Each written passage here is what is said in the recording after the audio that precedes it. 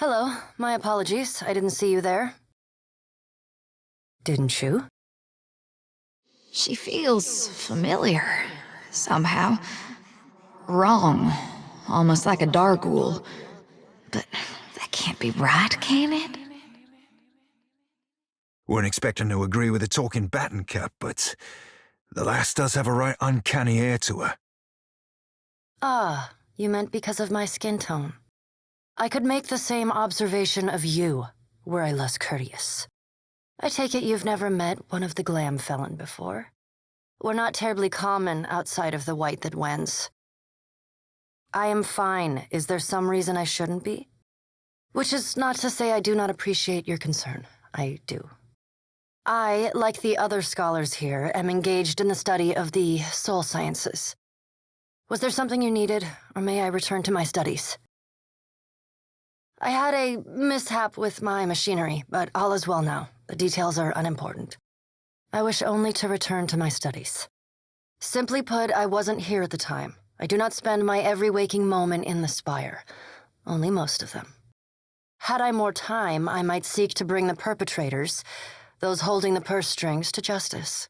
Unfortunately, I do not. Indeed, I apologize if you find the sight of blood unsettling.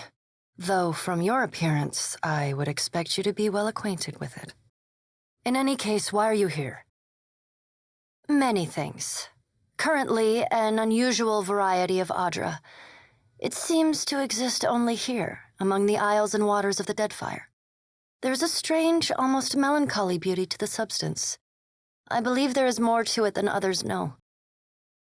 So be it. I will not lie and say it was a pleasure to meet you, but I wish you safe travels all the same. Goodbye. Death is a fact of life in the white that wends. Many kinds of death are a fact of life in the white that wends. It has its charms.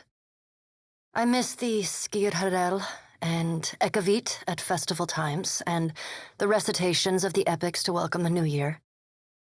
But I am glad to be free of it. Do you ask if I'm a traitor? If I were, would you expect me to answer plainly? Regardless, I am not. I have neither the inclination towards duplicity, nor the fondness for Rawatai required to act as their spy. You are of the land? You do have the look of it about you. A certain uprightness of posture, the telltale wrinkles about the eyes from years spent squinting against sun reflecting off the endless ice. Yes, I see it now. You've been away from home too long, brother. Just a bit of culture I've picked up along the way. I admire their tailoring tradition immensely. It's much grander than clothing one finds in the white that wends.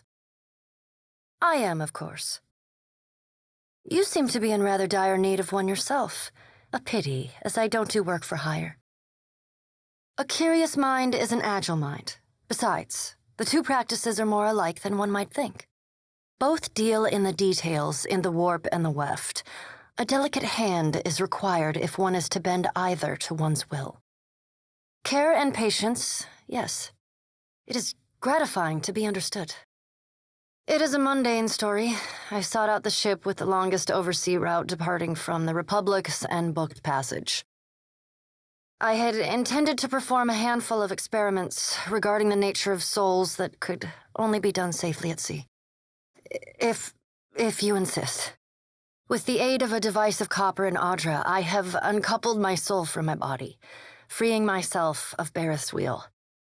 I belong only to myself now. You do? Perhaps you would be amenable to me traveling with you, on something of a permanent basis? The sensitive kind. My experiments were successful, and the ship eventually reached its destination. The rest is inconsequential. A fellow researcher? Then perhaps you will understand. I've long been fascinated by the nature of entropy. Nothing is unaffected by the passage of time, excepting souls, supposedly. Is it not possible that repeated reincarnation damages a soul? Could the process of reincarnation itself be responsible for some of the many ills that plague the souls of Kith? I deduced that it was possible to escape the cycle, escape Bareth's grasp, to remove one's soul from the wheel. I suppose I was wrong to expect more from you. In the absence of a corporeal anchor. Apologies. Was there something you required? I'd not experiment upon myself without relative certainty it would be a success. There were complications. My soul may be uncoupled from the wheel, but it seems to have become dislodged from my flesh as well. Still, I am free. My body and soul are my own. Why should I not do with them as I wish? Who are you to say? How so? Your silence speaks volumes. Truly. Tell me, what do you see when you peer into the souls of Kith? Do you see their misdeeds? Their evil thoughts? Their unkindnesses, perversions, cruelties? I apologize. I have always felt a kinship with your kind.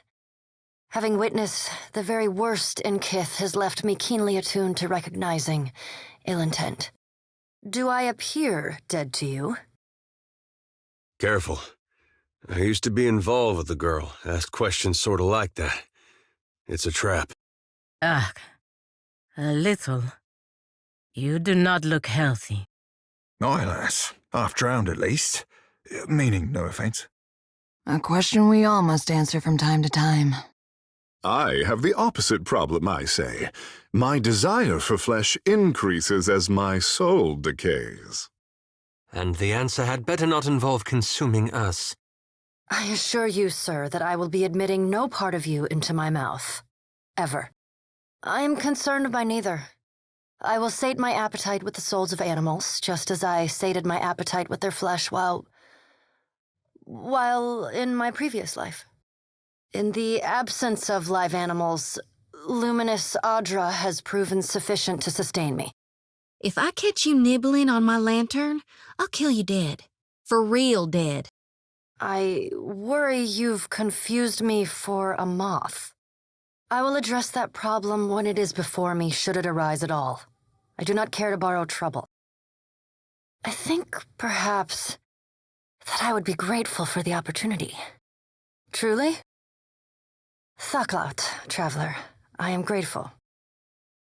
I have all that I need. We may depart at your leisure. I have a vested interest in luminous Audra, but acquiring it here can be expensive. You have a ship of your own and are clearly well-traveled. I suspect I would encounter more luminous Audra with you than I would on the streets of Nekataka. This blade is not merely for show. There are no end of swordsmen in the Deadfire, though, right? I, however, possess some little sway over the minds of others. Truly? We should discuss the sleeping arrangements. Whoa, you sure about that?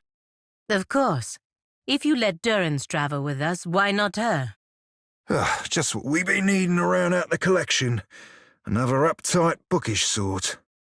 Captain, your crew grows more fetching by the day. I just know we're gonna be the best of friends. How could we possibly live to regret this? No, I'm actually curious. Is that so? Then I will endeavor to avoid your ire. Are you certain? Might I convince you to reconsider? Oh,